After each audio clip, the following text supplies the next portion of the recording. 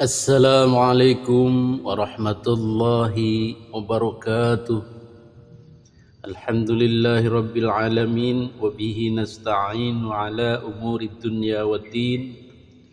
Wassalatu wassalamu ala asyrafil anbiya'i wal mursalin wa ala alihi wa ashabihi ajma'in, amma ba'du. Hadirin para netizen yang dimuliakan Allah Subhanahu wa ta'ala. Pada kesempatan kali ini kita akan membahas tentang langkah blunder yang dilakukan oleh Raffi Ahmad. Jadi Raffi Ahmad ini adalah staf sus atau staf khusus Presiden Prabowo Subianto bidang kepemudaan dan seni. Dan memang Raffi Ahmad terlibat dalam kampanye mendukung Presiden Prabowo Subianto. Basic Raffi Ahmad adalah seorang artis dan entertainer dan pebisnis. Jadi pengusaha lah begitu, money oriented. Kemudian masuk ke dunia politik lewat politik balas budi. Jadi Pak Presiden mengangkat Raffi Ahmad itu karena dinilai sudah punya andil dalam memenangkan Bapak Prabowo Subianto. Namun dalam perjalanannya Raffi Ahmad ini tidak mulus ya. Artinya tidak menunjukkan performa yang bagus. Bahkan beberapa kali mendapat kritikan dari masyarakat. Kita dengar juga bagaimana arogansi Raffi Ahmad dan mobil dinasnya, patwalnya di jalanan. Itu terjadi bulan-bulan kemarin. Itu belum seberapa ya. Tetapi yang sekarang ini yang paling parah. Yaitu ketika Raffi Ahmad dengan gegabah, dengan tanpa pikir panjang, dengan tanpa konsultasi, mungkin tidak konsultasi dengan presiden, mungkin tidak konsultasi dengan menteri agama, mungkin tidak konsultasi dengan kiai-kiai, ulama-ulama, main selonong boy saja, main putuskan sendiri, disangkanya benar, disangkanya bagus, ternyata blunder. Apa itu? Ya, dari sekian banyak tokoh agama di Indonesia, loh kok kenapa yang dipilih adalah Habib Rizik Syihab? Ada apa di situ? Ada faktor apa rupanya? Kita juga bertakon-takon, bertanya-tanya. Padahal Habib Rizik Syihab ini secara politik berseberangan dengan Bapak Prabowo. Habib Rizik Syihab dan kawan-kawan adalah mendukung Anies Baswedan. Secara ideologi, Habib Rizik Syihab ini adalah penyokong NKRI bersyariah atau Indonesia bersyariah berdasarkan syariat Islam. Dan juga sempat memimpin organisasi yang dibubarkan oleh pemerintah karena terindikasi radikal atau berhubungan dengan organisasi-organisasi teroris radikal internasional. Sehingga organisasinya itu FPI dibubarkan.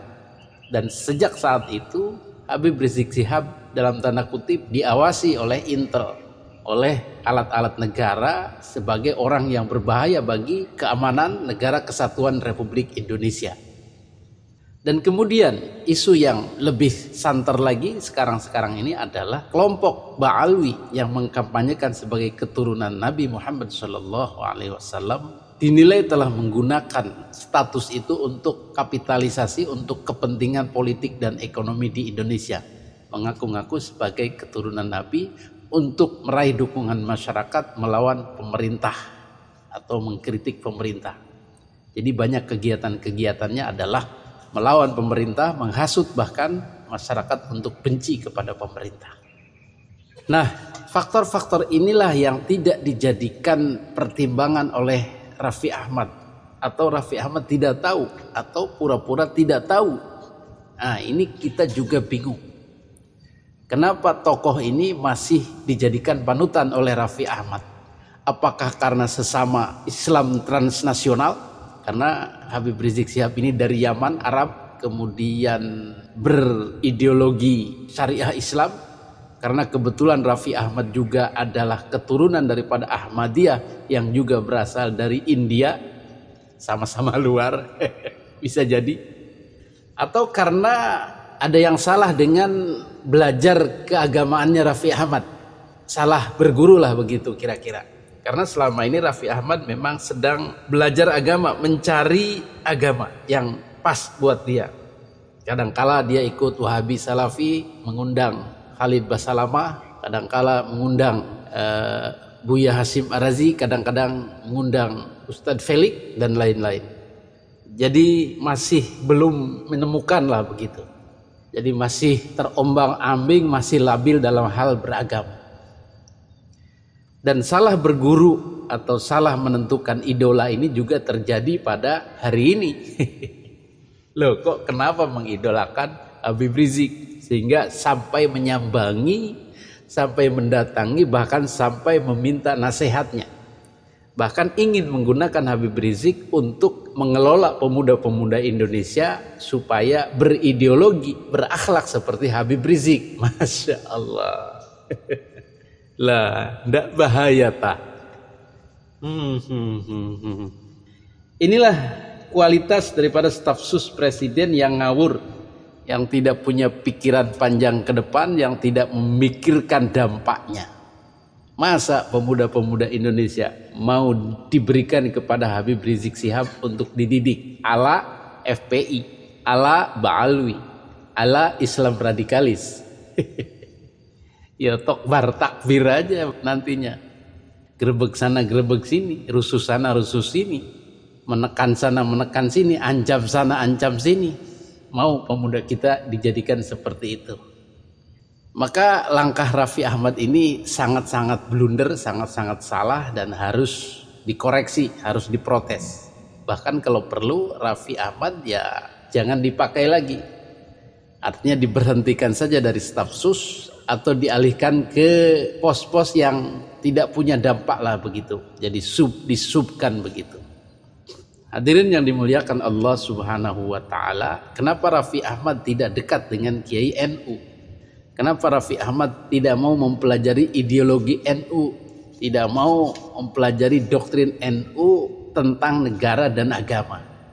Kalau dia mempelajari, insya Allah tertarik dan akan menggunakan kiai-kiai NU untuk mendoktrin pemuda-pemuda Indonesia. Ini bagus. Dulu Hadratus Syekh Hasyim Asy'ari, kemudian Kiai Haji Abbas Buntet Cirebon, mendoktrin pemuda-pemuda Indonesia, membrainwashnya, membakar semangatnya untuk perang melawan Nika, melawan Belanda, melawan Inggris di Surabaya itu. Sehingga muncullah peristiwa 10 November 1945, Hari Pahlawan itu. Itu hasil daripada didikan Mbah Hasyim Asy'ari dan Kiai Haji Abbas Buntet Cirebon yang merupakan kakeknya dari Gus Abbas. Itulah jiwa-jiwa nasionalisme yang dimiliki oleh kiai-kiai NU dan tidak dimiliki oleh kiai-kiai di Islam transnasional, tidak dimiliki oleh ulama-ulama Wahabi Salafi, tidak dimiliki oleh ulama-ulama HTI, tidak dimiliki oleh ulama-ulama Ikhwanul Muslimin, tidak dimiliki oleh ulama-ulama Ba'alwi Yaman, oleh ulama-ulama Ahmadiyah. Kenapa? Karena fokus mereka adalah perjuangan untuk agama yang mereka yakini itu. Kalau Wahabi Salafi berjuang, berjihad adalah menegakkan Islam yang murni. Tidak ada urusannya dengan negara-negaraan, nasionalisme. Begitu juga Ikhwanul Muslimin. Bagaimana menerapkan agama Islam ini secara konstitusional di Indonesia. Dibuat perda-perda syariah dan lain-lain. Apalagi HTI bagaimana berjuang untuk menjadikan Indonesia ini khilafah di bawah khalifah negara Islam yang berpusat di suatu tempat yang dipimpin oleh HTI sendiri. Tidak ada. Maka konsep NU atau doktrin NU bersama dengan kiai-kiainya seharusnya itulah yang dipelajari oleh Raffi Ahmad. Tetapi Raffi Ahmad belajarnya adalah kepada sesama transnasional, sesama Islam luar. Karena dia sendiri adalah keluarga besar Ahmadiyah. Kakeknya adalah seorang Ahmadiyah yang dari India berkolaborasi dengan Habib Rizik Syihab yang dari Yaman. Cocok. Hadirin yang dimuliakan Allah Subhanahu wa taala, itulah pentingnya kita kembali kepada produk-produk dalam negeri, kembali kepada jati diri bangsa, kembali kepada Islam-Islam yang muncul dari dalam bangsa Indonesia, yaitu Islam Nahdlatul Ulama Muhammadiyah, Islam Nusantara. Jangan alergi. Karena di luar itu adalah Islam-Islam luar Nusantara, Islam Timur Tengah, Islam India, Islam Yaman, bahkan Islam Amerika yang liberal itu sudah tidak masuk, tidak nyambung dengan Indonesia. Yang nyambung dengan Indonesia adalah Islam yang sejak lama di Indonesia dikembangkan oleh Wali Songo, terintegrasi dengan budaya Indonesia, terintegrasi dengan Negara Kesatuan Republik Indonesia. Nasionalismenya ada, kemudian Islamnya juga kuat. Itulah Islam Nahdlatul Ulama. Hadirin yang dimuliakan Allah Subhanahu wa taala, tentu ini keprihatinan bagi kita semua bagaimana Raffi Ahmad ini salah langkah, tidak bisa mempelajari aliran-aliran Islam, tidak bisa mempelajari jenis-jenis, kemudian ideologinya, kemudian karakternya, kemudian visi misi daripada aliran-aliran tersebut.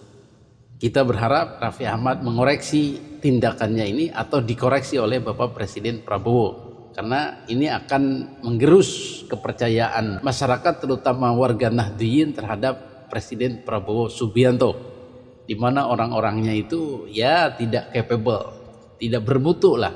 Sebelumnya sudah ada Gus Miftah yang juga tidak bisa mengontrol ucapannya, terpeleset, jatuh, kemudian kemungkinan Raffi Ahmad juga jatuh. Mudah-mudahan Presiden bisa mengkoreksi Raffi Ahmad ini, dan jangan malu lagi, jangan sungkan lagi untuk mencopotnya atau memindahkannya kepada divisi lain. Karena Raffi Ahmad juga bukan penentu kemenangan, dia juga hanya menempel saja. Jadi tidak usah sungkan. Dan kita sekarang sudah tahu bagaimana orientasi politik, orientasi ideologi Raffi Ahmad, yaitu kepada Habib Rizik Syihab, yang sudah kita tahu karakternya, sudah kita tahu ideologinya, sudah kita tahu sepak terjangnya. Tetapi dengan sengaja di depan mata terang-terangan malah didukung. Aduh. Ya, mudah-mudahan Raffi Ahmad sadar dan menarik dukungannya kembali. Demikian, mudah-mudahan jadi perhatian kita semua. Hadanallahu wa iyyakum ajmain. Wassalamualaikum warahmatullahi wabarakatuh.